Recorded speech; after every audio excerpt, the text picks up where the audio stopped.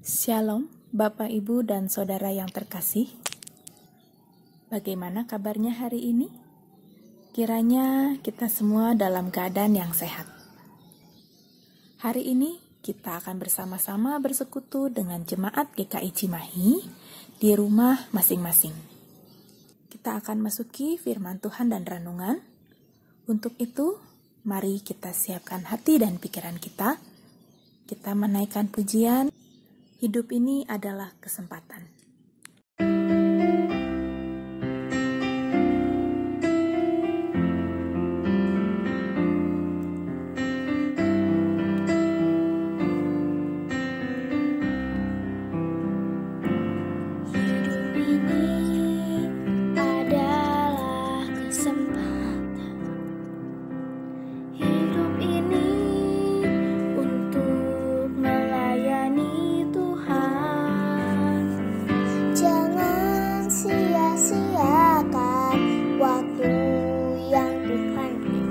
Hidup ini hanya sementara. Oh Tuhan, pakailah hidupku selagi aku masih kuat. Bila saatnya nanti ku tak berdaya lagi, hidup ini sudah jadi berkat.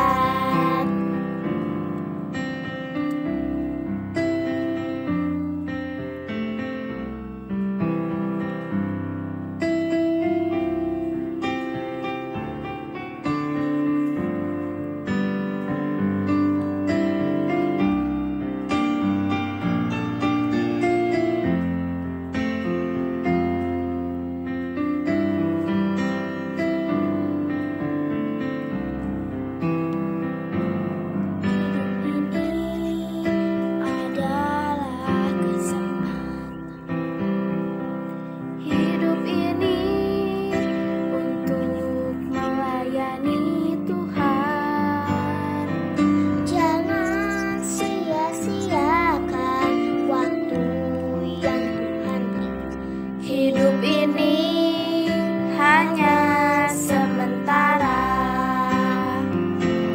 Oh Tuhan, pakailah hidupku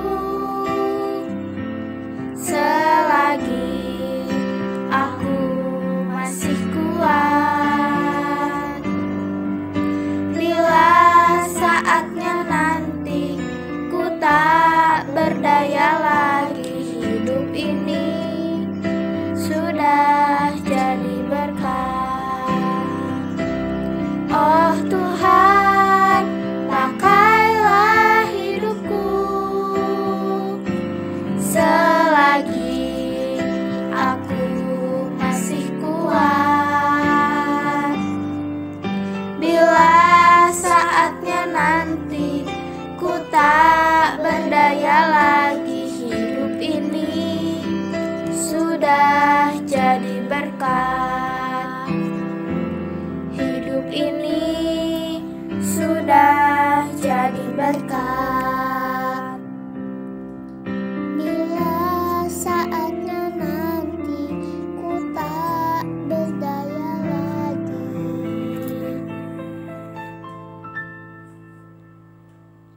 hidup ini sudah jadi berkat.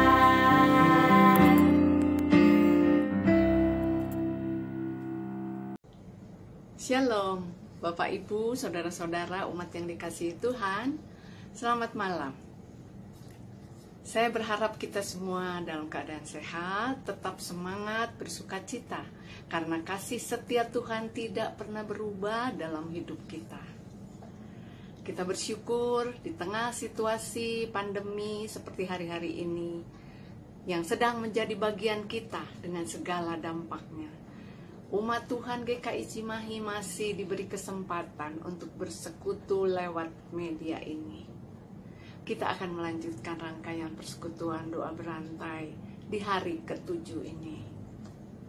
Kami Komisi Lansia berterima kasih diberi kesempatan untuk bisa menyapa Bapak Ibu sekalian, terkhusus umat yang ada dalam usia seperti dalam tema malam ini, masa lansia, masa kencana.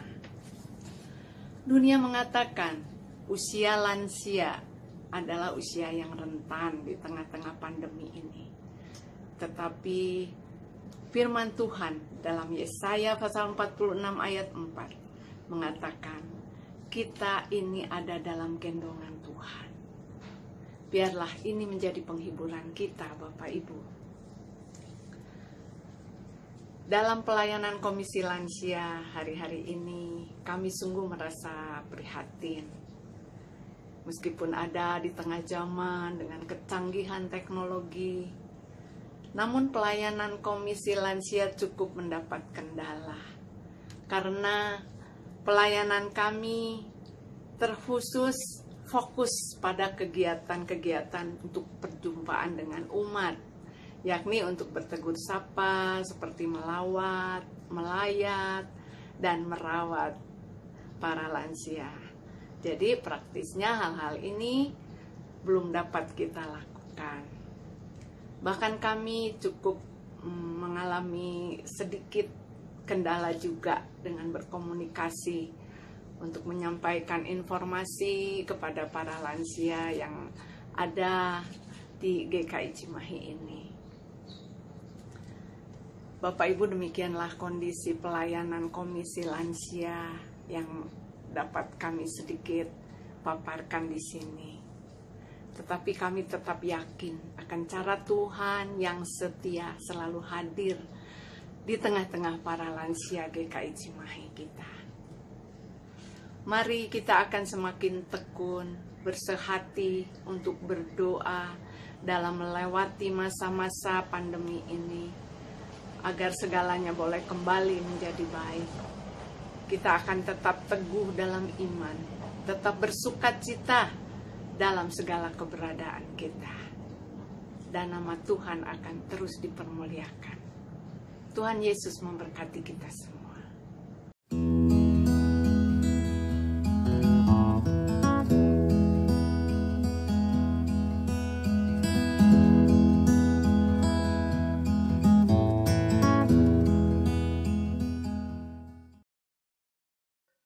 Selamat malam Bapak Ibu sekalian yang dikasihi oleh Tuhan. Senang berjumpa dengan Bapak Ibu sekalian dimanapun Anda berada dalam acara doa berantai selama 10 hari dalam rangka memperingati hari turunnya Roh Kudus.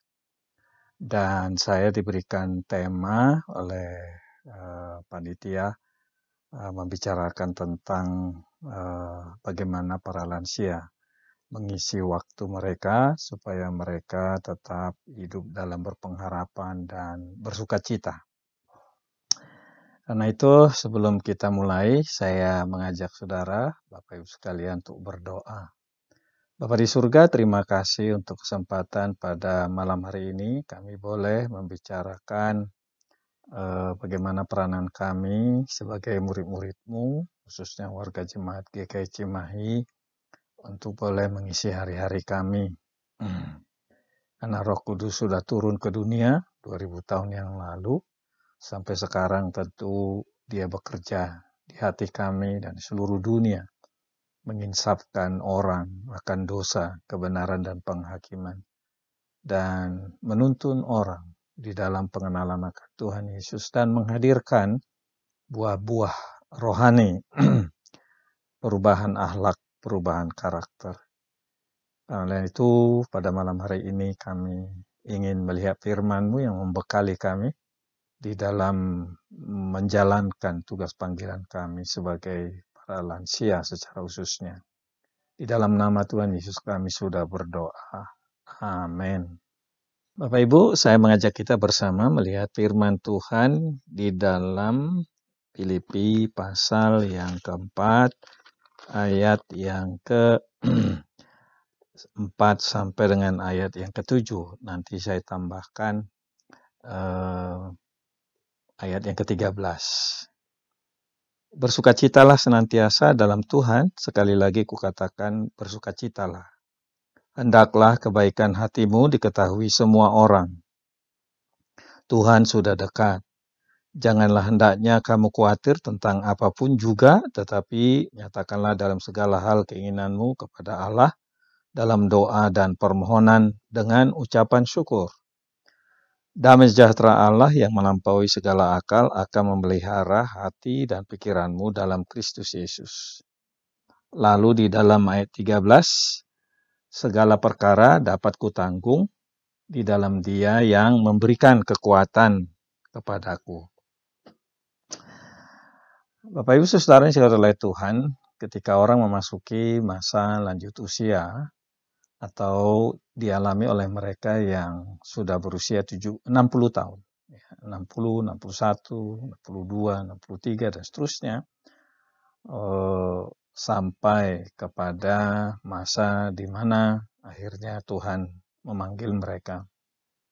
Jadi lanjut usia ini ada lanjut usia tahap awal barangkali 60 sampai 70, lalu kemudian di pertengahan 70 sampai 80 dan selanjutnya adalah 80 ke atas. Banyak orang yang sudah 80 ke atas pun sebenarnya masih produktif. Juga yang usia 70 sampai 80 apalagi. Ada juga yang sangat-sangat giat dan kemudian mereka memiliki dampak. Usia 60 sampai dengan 70 tentu saja masih banyak juga yang aktif, yang akan tetap giat bekerja, kecuali kalau dia pensiun dari kepegawaian, baik itu swasta maupun pegawai negeri. Bapak Ibu Saudara yang dikasihi oleh Tuhan, seringkali masalah yang menantang kehidupan para lansia adalah perubahan fisik. Kekuatannya sudah merosot, ya. Tidak lagi seperti 10 tahun yang lalu atau 20 tahun yang lalu. Karena kelelahan yang mereka hadapi. Maklum, pada waktu sebelumnya, mereka menghabiskan energi mereka untuk bekerja, menjalankan tugas dan tanggung jawab, dan secara perlahan, fisik mereka juga akhirnya kelelahan, kehabisan energi. Nah, karena itulah kemudian orang yang sudah memasuki lansia merasa gampang capek, kemudian itu mempengaruhi perasaan mereka kurang bergairah, lalu kemudian mereka bisa saja akhirnya tidak mau aktif mengerjakan pekerjaan yang sebenarnya bisa membawa berkat bagi lingkungannya atau orang-orang yang masih menjadi tanggung jawabnya. Bapak Ibu Saudara yang dikasihi oleh Tuhan, ada banyak faktor yang membuat para lansia masih sebenarnya bisa memanfaatkan waktu untuk mereka berguna bagi saudara atau keluarganya atau masyarakat dimanapun dia berada. Itu pertama adalah dipengaruhi oleh pemahaman dia mengenai kesehatan, mengenai perubahan usia, pengertian-pengertian yang didapatkan bahwa memang secara alami semua akan berubah. Dan juga dipengaruhi oleh bagaimana pengertian-pengertian, wawasan-wawasan yang dia peroleh sebelumnya. Sehingga ketika dia sudah memasuki masa di atas 60 tahun pun, kalau dia punya pengetahuan, keterampilan, ya potensi-potensi diri, dia merasa masih bisa untuk diwariskan kepada orang lain, walaupun mungkin tidak selalu harus diukur dari seberapa besar penghasilan yang dia dapatkan. Tetapi yang ada di dalam dirinya adalah nilai, ya. Nilai bahwa dia berguna, bahwa apa yang dia pikirkan, pengalaman selama sekian tahun yang dia pelajari melalui pendidikan formal, melalui pengalaman kehidupan sehari-hari dalam pekerjaan atau melalui pendidikan informal, itu terakumulasi setelah mereka masuki lansia, kemudian dia melihat ini berguna bagi orang lain. Sehingga mereka mewariskan hal itu. Yang berikut adalah keadaan emosi mereka, perasaan mereka Ya, apakah perasaan mereka diwarnai oleh kemurungan atau hilangnya harapan karena beban-beban emosi yang menindih mereka selama ini? Mungkin ada beban pergumulan di dalam hati, atau mungkin seperti katakan Alkitab, barangkali ada kemarahan yang masih tersimpan, kekecewaan yang belum dilepaskan, atau rasa kehilangan yang belum terselesaikan, sehingga itu bisa mempengaruhi emosi mereka, lalu kemudian mereka kurang bergairah di dalam menghadapi hari-hari yang harus dijalani, sehingga itu pun membuat mereka bisa menutup diri atau mungkin juga bisa bekerja sama dengan orang tetapi kontraproduktif karena mereka gampang marah, gampang emosi, gampang memberontak dan lain sebagainya. Sehingga orang-orang di sekitarnya bingung juga melihat, kok makin lanjut usia, kok makin seperti ini. Sering disebut kok makin mundur ke belakang. Ada juga penyebab lain adalah kerohanian, ya, spiritualitas. Ya. Bagaimana kesehatan kerohanian hubungan orang itu dengan Tuhan. Bagaimana pengharapannya dalam Tuhan. Kemudian bagaimana dia memiliki relasi yang akrab dengan Bapa, dengan Putra, yaitu Yesus Kristus, juga dengan Roh Kudus. Karena firman Tuhan berkata, barang siapa yang sudah percaya pada Tuhan Yesus, sesungguhnya Roh Kudus mendiami hidup mereka, dan peranan orang percaya sampai lanjut usia adalah memberi diri mereka untuk menikmati relasi sehari-hari bersama dengan firman Tuhan dan Roh-Nya yang Maha Kudus. Sehingga mereka di dalam hidup mereka dihadirkan kasih Bapa, sukacita, juga damai sejahtera.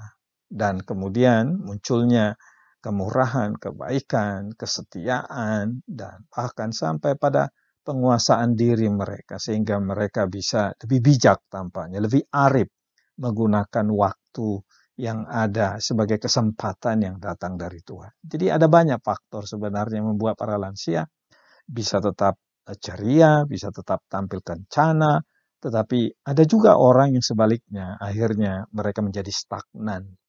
Kalau orang menjadi stagnan itu berarti sudah datar, tidak punya gairah lagi. Dan orang yang stagnan ini cenderung hanya memikirkan dirinya sendiri, tidak lagi keluar dari dirinya sendiri menjadi berkat bagi orang lain. Rasul Paulus ketika menuliskan perkara ini, di dalam Filipi pasal yang keempat yang kita baca tadi, tampaknya sudah berusia antara 64 atau mungkin juga 65 tahun. Dia berada di penjara di kota Filipi yang sudah dijelaskan itu dalam pasal 1 ayat 13 dikatakan, supaya kamu tahu jelas bahwa aku ini berada di dalam penjara karena Injil. Dan kemudian sekalipun dia di dalam penjara, namun dia memberikan semangat kepada jemaat di kota Filipi. Jemaat di Filipi ini tampaknya bagi Paulus sangat istimewa. Kenapa? Karena munculnya jemaat ini dimulai dengan pertobatan seorang kepala penjara yang dilukiskan itu di dalam Kisah Rasul pasal 16. Karena dia anggap satu waktu bahwa semua tawanan sudah keluar. Tetapi Paulus dan Silas mengatakan, hei kami masih di sini. Lalu kepala penjara itu berkata kepada Paulus dan Silas, apa yang harus aku perbuat? Oh, katanya gampang. Bapak jangan mengira bahwa semua tawanan sudah melarikan diri karena terjadi gempa bumi malam hari ini. Ketahuilah bahwa kalau Bapak bersedia percaya kepada Tuhan Yesus Kristus, maka Bapak akan selamat dan juga seisi rumah Bapak. Dan malam itu diceritakan bahwa kepala penjara itu membawa 2 orang itu ke rumahnya, lalu diobati, dan kemudian juga akhirnya dia mendengarkan cerita-cerita tentang Tuhan Yesus. Lalu kemudian dia dibaptis dan seluruh anggota keluarganya menjadi pengikut Kristus. Ini cikal bakalnya. Dan tampaknya beliau ini sudah menjadi lebih lanjut usia juga. Dan kemudian tentu dia juga membaca bagian ini, nasihat Rasul Paulus. Ya, bagaimana Paulus sudah menjadi lanjut usia, tetapi beberapa jemaat di sini juga sudah lanjut usia, sama seperti juga yang disebut namanya di sini, Euodia, Sintige, juga Sunsugos, temanku yang setia, Semua nampaknya ini adalah orang-orang yang sudah mulai terus bertambah usia mereka. Tetapi mereka dinasihatkan pertama adalah supaya selalu bersukacita di dalam Tuhan. Apapun yang terjadi, sukacitamu jangan direbut oleh yang lain. Sukacita kita bukan karena kita berlimpah berkat keuangan, berkat-berkat jasmani, tapi sukacita kita, kata Rasul Paulus, bisa hadir di hati kita karena Tuhan. Karena Tuhan Yesus Kristus telah mati untuk kita, mengampuni dosa-dosa kita, bahwa Dia telah memberikan kehidupan kekal, dan penebus yang diberikan oleh Tuhan Yesus Kristus, seperti kata Rasul Petrus, lebih mahal daripada perhiasan apapun. Harusnya ini membuat kita bersukacita. Kita bersukacita karena Yesus Kristus dasar pengharapan akan kemuliaan kita. Dia tuliskan itu di dalam Kolose pasal 1 ayat 27. Jadi Rasul Paulus walaupun dia di penjara, dia memberi pesan pada dirinya supaya dia selalu bersukacita. Sukacita itu datang dari Tuhan, apalagi karena kehadiran Roh-Nya di dalam diri Rasul Paulus. Yang kedua adalah supaya dikatakan di sana orang-orang di Filipi yang sudah mulai banyak di situ yang lanjut usia, menunjukkan potensi diri mereka. Hendaklah kebaikan hatimu diketahui semua orang. Maksudnya, kebaikan hati jemaat di Filipi ini terkenal dengan mereka memberikan bantuan kepada jemaat-jemaat yang berkekurangan. Bahkan Rasul Paulus mengakui dalam pasal 4 selanjutnya itu, bagaimana ketika mereka Rasul Paulus kekurangan, mereka itu mereka itu mengirimkan biaya kepada Rasul Paulus, sehingga Rasul Paulus mendapat tunjangan bersama dengan kawan-kawannya dan bebas memberitakan Injil kemanapun. Dan Rasul Paulus mengajak mereka, teruslah berbuat baik. Kebaikan hatimu ini teruslah tunjukkan, bukan hanya kepada saya, tapi kepada banyak orang. Sekalipun usia kalian bertambah, kamu masih punya kebaikan yang bisa menjadikan berkat bagi orang lain. Itulah maksud Rasul Paulus kepada jemaat di Filipi. Dan saya kira itu penting sekali kita tanamkan bagi diri kita, supaya hari-hari kita boleh kita isi dengan lebih bermakna. Yang berikut adalah, janganlah hendaknya kamu khawatir tentang apapun juga.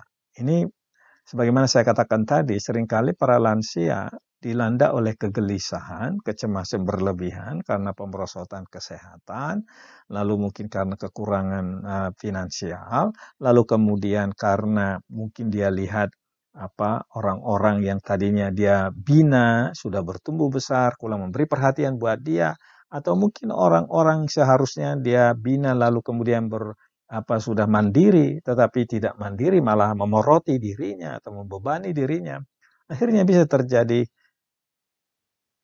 beban yang sangat berat, kecemasan, kekhawatiran, ya, membelenggu banyak orang di masa lanjut usia. Tapi apakah kecemasan, kekhawatiran itu kita izinkan berlebihan? Tuhan Yesus berkata dalam Matius pasal yang ke-6 ayat 25 sampai dengan ayat 34, dia memberitahu di sana, janganlah hendaknya kamu khawatir tentang apapun juga. Janganlah kamu khawatir tentang apa yang kamu makan, apa yang kamu minum. Jangan kamu khawatir tentang hari esok, karena hari esok punya kesusahannya sendiri. Dan dikatakan oleh Tuhan, kalau kamu khawatir, apakah itu menambah jalanmu walaupun sehasta? Tuhan Yesus mengatakan, tidak. Kekhawatiran justru membuat kerugian bagi emosi kita, bagi pikiran kita, bagi spiritualitas kita. Itu menjadi sebuah beban. Lalu Rasul Paulus mengatakan pada jemaat di Filipi, solusi bagi kekhawatiran adalah belajar mengungkapkan apa saja yang ada di hati dan pikiran kepada Allah. Janganlah hendaknya kamu khawatir berlebihan tentang apapun juga, tetapi nyatakanlah dalam segala hal keinginanmu kepada Allah. Bagaimana menyatakan segala isi hati kepada Allah? Nah, di sini kita diajak untuk menyatakan isi hati itu bercakap-cakap melalui doa.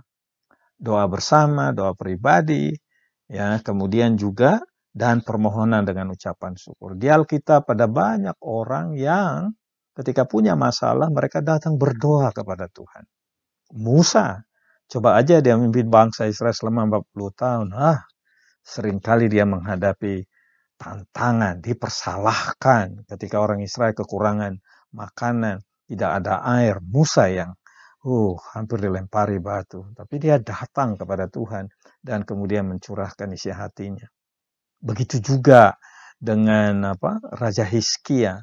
Kalau saudara membaca di Yesaya pasal 36, 37, 38, bagaimana Hizkia, raja yang lumayan juga usianya, mungkin usia 50-an, lalu kemudian, atau mungkin 60-an, lalu kemudian dia berdoa kepada Tuhan ketika datang tantangan dari utusan Raja Babel.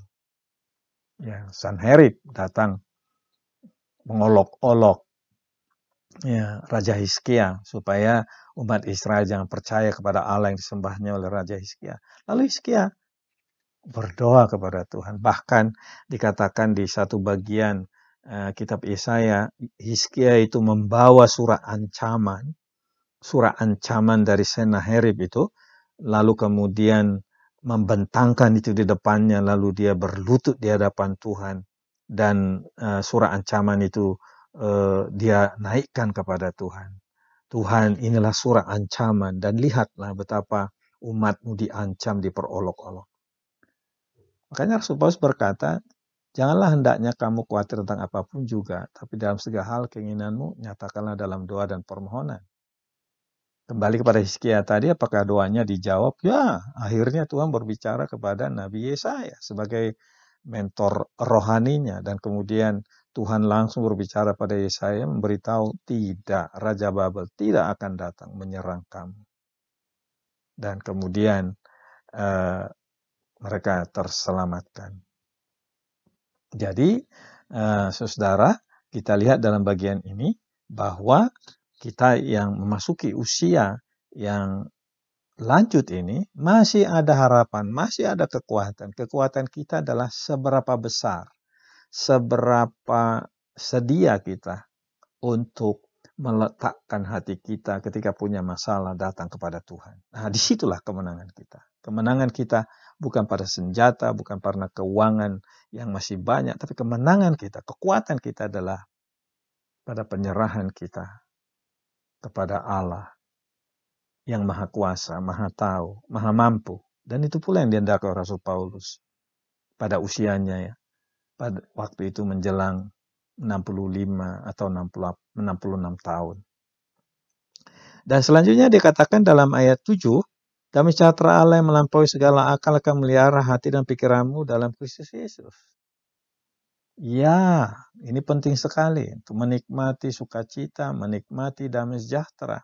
Tuhan Yesus sudah berkata dalam Yohanes pasal 14 ayat 27, damai sejahtera ku berikan padamu, damai sejahtera ku tinggalkan bagimu, apa yang diberikan olehku tidak sama dengan diberikan oleh dunia. Damai sejahtera itu beda. Kalau damai sejahtera sudah melimpah dalam hidupmu, sangat beda. Dan ada kekuatan baru dalam hidupmu. Dan Rasul Paulus juga mengatakan hal itu. Mari kita dambakan dalam perjalanan pertambahan usia ini untuk hadirnya damai sejahtera Allah melimpahi atau melampaui segala akal pikiran, menguasai hati dan pikiran kita. Bagaimana ini bisa terjadi? Oh, bisa. Karena apa? Roh Allah sudah mendiami hidup saudara dan saya. Dan karena itu dia memunculkan pikiran positif. Dia memunculkan sukacita. Dia memunculkan pengharapan. Dia memunculkan damai di pikiran, damai di hati. Sehingga ada ketenangan. Dan itu menjadi modal kita di dalam menghadapi hari-hari kita ke depan. Supaya kita tetap berguna bagi anggota keluarga, bagi orang di sekitar kita, bagi gereja, bahkan bagi masyarakat. Masih banyak cara kita bisa berguna. Rasul Paulus, dia di penjara, tapi dia membuat dirinya berguna dengan cara apa? Menulis surat. Tidak bisa mengunjungi orang, tapi dia tulis surat. Sekarang ini hampir tidak ada, saya kira, di antara kita yang mendengarkan renungan ini yang tidak punya HP. Dan bisa mengirimkan pesan-pesan berita yang meneguhkan orang lain, mengingatkan orang lain, berita sukacita, pengharapan, melalui HP atau message atau pesan-pesan di WA, bisa mengirimkan lagu, bisa memberikan khotbah singkat, dan seterusnya, untuk saling menguatkan. Jadi, kita masih tetap bisa berguna. Bahkan ada orang yang mungkin di masa lansianya muncul kreativitas, dia menjahit, dia melukis, dia mengarang lagu, dia membuat sebuah karya yang bisa berguna bagi orang. Tidak selalu diukur dari sudut uang. Bapak Ibu, ini juga yang saya gumuli di dalam hidup saya. Saya berterima kasih kepada Tuhan bahwa sampai usia sekarang ini, dengan 3 cucu masih dipercayakan Tuhan, diberikan peluang bekerja, mengerjakan apa yang dia percayakan. Bukan dinilai dari uang, tetapi ini adalah sebuah kehormatan, sebuah panggilan yang puluhan tahun yang lalu diberikan oleh Tuhan. Dan panggilan ini bagi saya pribadi akan terus dipelihara, karena ini adalah kepercayaan yang dia berikan. Tentu saya mengalami pemerosotan, mudah lupa, mudah lelah, mudah capek, dan lain sebagainya. Tetapi apa yang dikatakan Rasul Paulus tadi, coba diberi pesan pada diri saya. Saya pun selalu memberi pesan pada diri saya, tidak menunggu orang lain beri pesan pada diri saya. Saya bisa memberi pesan pada diri saya, hei, bersukacitalah jiwaku, karena engkau bisa bersukacita, karena engkau ditebus oleh darah Yesus Kristus. Bersukacitalah, karena sejak engkau percaya pada Yesus Kristus, engkau adalah anak Allah, engkau adalah ahli warisnya. Kau tidak sendirian menghadapi masalah ini. Dan kemudian pesan-pesan lain adalah, hei, kau punya kebaikan di hatimu. Hendaklah kebaikan hatimu diketahui semua orang. Ayo, izinkan ruang batinmu dipakai oleh Tuhan untuk menyatakan hal-hal yang baik bagi orang lain. Jangan emosi, jangan mudah marah. Biarlah kebaikan hatimu diketahui semua orang. Dan kemudian seringkali dalam menghadapi banyak masalah, satu-satunya senjata saya adalah ayat 6. Datang berdoa, berlutut di hadapan Tuhan, mencurahkan isi hati. Bahkan kadang-kadang saya, supaya tidak lupa yang saya doakan, saya mencatat di agenda saya. Sambil saya mencatat itu, sebenarnya catatan itu adalah berisi doa. Seperti saya menuliskan doa saya pada Tuhan. Dan seringkali setelah selesai menyatakan isi hati itu, permohonan, aduh, hati ini plong dari beragam kesusahan, kadang-kadang disebut pikiran kalut dan semua, seperti apa yang disebut dalam ayat 7 itu, pikiran yang penat itu diganti oleh damai sejahtera Allah. Bapak Ibu, saudara juga bisa menikmati itu. Warga gereja GKI pada masa ini 10 hari dalam rangka memperingati datangnya Roh Kudus yang memperbaharui karakter itu. Karena kalau Roh Kudus berdiam di hati orang, Roh Kudus menghadirkan kasih Allah, sukacita, damai sejahtera, kesabaran, kemurahan, kebaikan, kesetiaan, kelemah lembutan, dan penguasaan diri.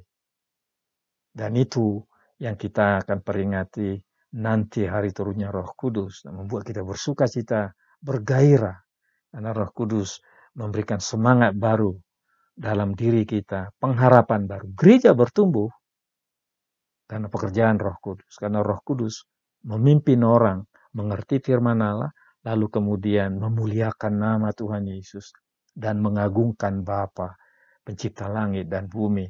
Saudara, karena itu pada malam hari ini saya mengajak saudara untuk terus melanjutkan tugas dengan penuh pengharapan dan tetap di dalam keceriaan. Kita bersukacita, ceria, berpengharapan. Walaupun tubuh kita lemah, tapi kita berpengharapan. Walaupun tubuh kita mungkin mengalami gangguan-gangguan, tetapi biarlah roh kita menyala-nyala di dalam Tuhan yang sangat mengasihi diri kita. Mari kita berdoa. Bapak, terima kasih karena kami sudah menyampaikan firman-Mu, merenungkannya. Dan kami tahu dalam perjalanan masa lansia ini segala sesuatu berubah, termasuk fisik kami berubah, tetapi yang tidak berubah adalah Engkau. Karena kasih-Mu tidak berubah, kuasa-Mu tidak berubah, anugerah-Mu tidak berubah. Dan itulah pengharapan kami. Dimanapun gereja warga jemaat, warga gereja GKI Cimahi berada, dari yang muda sampai yang lanjut usia, yang sehat, yang kurang sehat, yang bersuka cita atau yang setengah berduka cita, kiranya dihiburkan oleh Roh-Mu.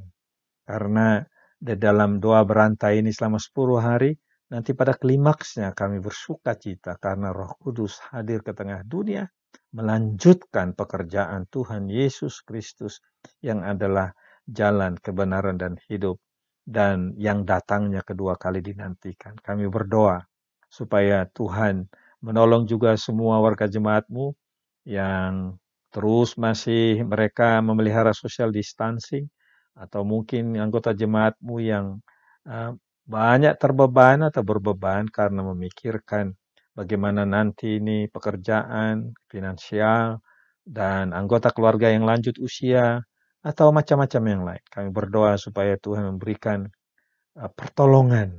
Ya, biarlah semua anggota jemaat GKI Cimahi boleh mengatakan, Allahku lebih besar dari masalah yang kami hadapi. Dan sehingga dengan demikian mereka berpengharapan bahwa Allah berjalan di depan, bahwa Tuhan Yesus melihat semua pergumulan anak-anak, termasuk juga masa depan pembangunan, peningkatan kualitas pelayanan gereja-Mu melalui pembangunan yang akan terus direncanakan di depan gedung gereja ini. Berkati hamba-hamba Tuhan, Pak Pendeta Ute, juga Pak Pendeta Teddy, juga para penatua, diberkati oleh Tuhan. Dan terus dilimpahkan kasih karunia di dalam memimpin jemaat-Mu. Terima kasih Tuhan. Kami terus berdoa untuk guru-guru sekolah minggu, kami berdoa untuk para penatua, para majelis, para ketua komisi-komisi, semuanya diberkati oleh Tuhan. Bapa, terpujilah nama-Mu. Itulah doa syafaat kami, juga untuk bangsa kami, supaya diberi kekuatan bagi pemimpin kami di dalam menolong semua tugas-tugas pemerintahan sehingga mendatangkan kesejahteraan dan kemakmuran. Bapa, dipermuliakanlah nama-Mu, dengarkanlah doa kami, dan karena kami sudah menaikkan semua ini di dalam nama Tuhan kami, Yesus Kristus. Amin. Tuhan memberkati saudara-saudara dan sukacita dari Tuhan Yesus Kristus, Raja kita, menyertai dan melimpahi. Amin. Demikian tadi kita sudah bersama-sama mendengarkan firman Tuhan, juga renungan. Untuk menutup ibadah kita hari ini, mari kita bersama-sama menaikkan pujian Siapa Bilang Lansia Tidak Berguna. Semangat terus untuk Opa dan Oma, karena Opa dan Oma adalah sumber inspirasi bagi kami.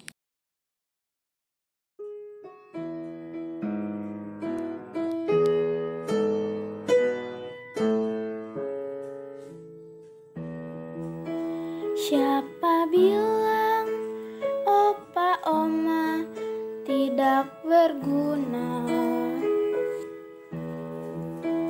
Bangun pagi sembahyang untuk anak cucu. Siapa bilang opa oma hanya hiasan? Meskipun tua tetap diperlukan.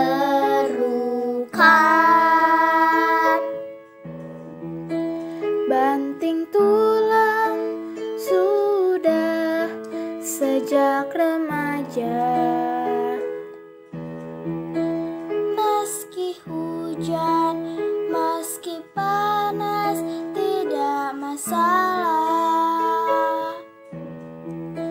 Siapa bilang opa oma hanya meminta? Jangan percaya orang punya cerita.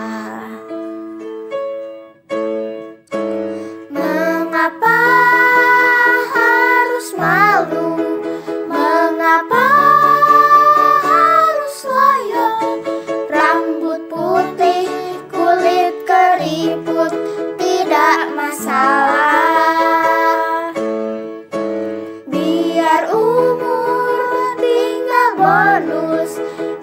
biar lutut harus dibungkus. Opa oma tetap semangat di hari tua.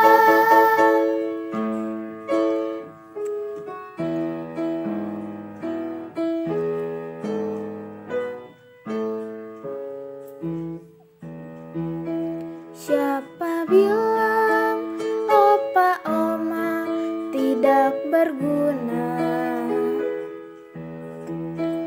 Bangun pagi sembahyang untuk anak cucu.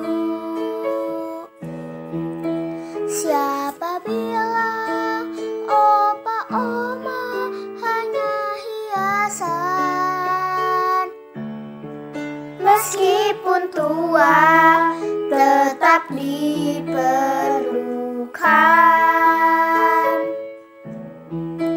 Banting tulang sudah sejak remaja. Meski hujan, meski panas, tidak masalah.